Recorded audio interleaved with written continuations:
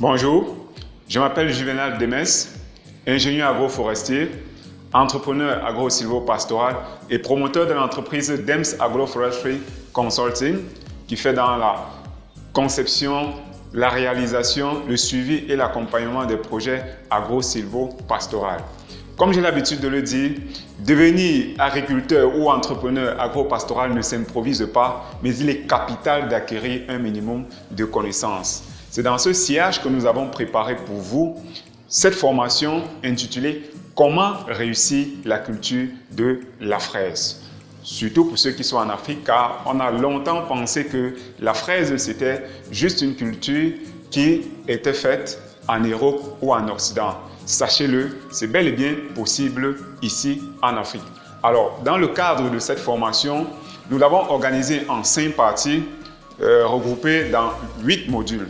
La première partie ici, nous allons parler principalement des généralités sur la fraisiculture, à savoir l'origine de la fraise, les types de fraises, les catégories de fraises, les exigences agroécologiques de la fraise.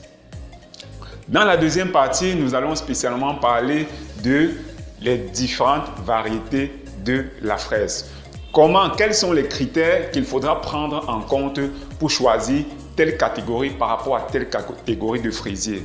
Alors, parmi la catégorie qu'on va choisir, quels sont les éléments, les différents éléments qui vont vous permettre de choisir parmi cette panoplie de variétés de fraisiers qui existent, telle variété par rapport à telle autre en fonction de la localité où vous voulez produire.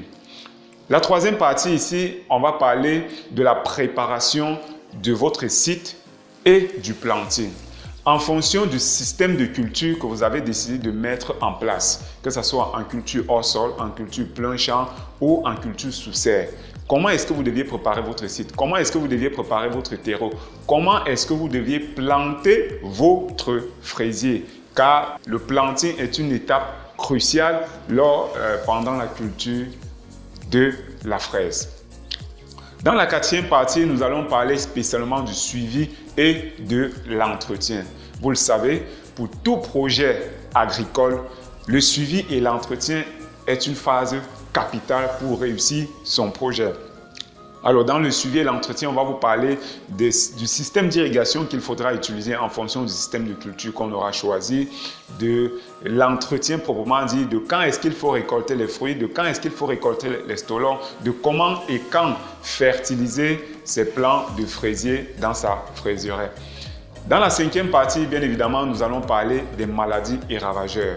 Le fraisier, comme toute autre culture, a de nombreuses maladies et ravageurs qui peuvent sérieusement impacter votre production de fraises. Donc, il sera donc important pour nous de décortiquer avec vous les différentes maladies et ravageurs qui attaquent le fraisier, de comment est-ce que vous deviez prévenir ces maladies et de comment est-ce que vous deviez lutter contre ces maladies si jamais ces maladies sont déjà installées dans votre plantation. Par la suite également, nous allons parler de la commercialisation de votre fraisier, de la conservation et de la commercialisation après la récolte. Également aussi dans cette formation, nous allons décrire avec vous comment est-ce que vous pouvez démarrer votre culture de la fraise avec seulement 10 000 francs CFA. Vous le savez, beaucoup sont à la recherche des activités où on peut investir avec un faible capital de départ. Avec 10 000 francs, vous pouvez investir dans la culture de la fraise et avoir un niveau de revenu assez important. Voilà donc donné tous les éléments qui vont entrer dans le cadre de cette formation. Rendez-vous tout de suite sur la plateforme Sekucha pour découvrir en détail cette formation. Mais surtout, n'oubliez pas de me donner une note. On se dit à tout de suite.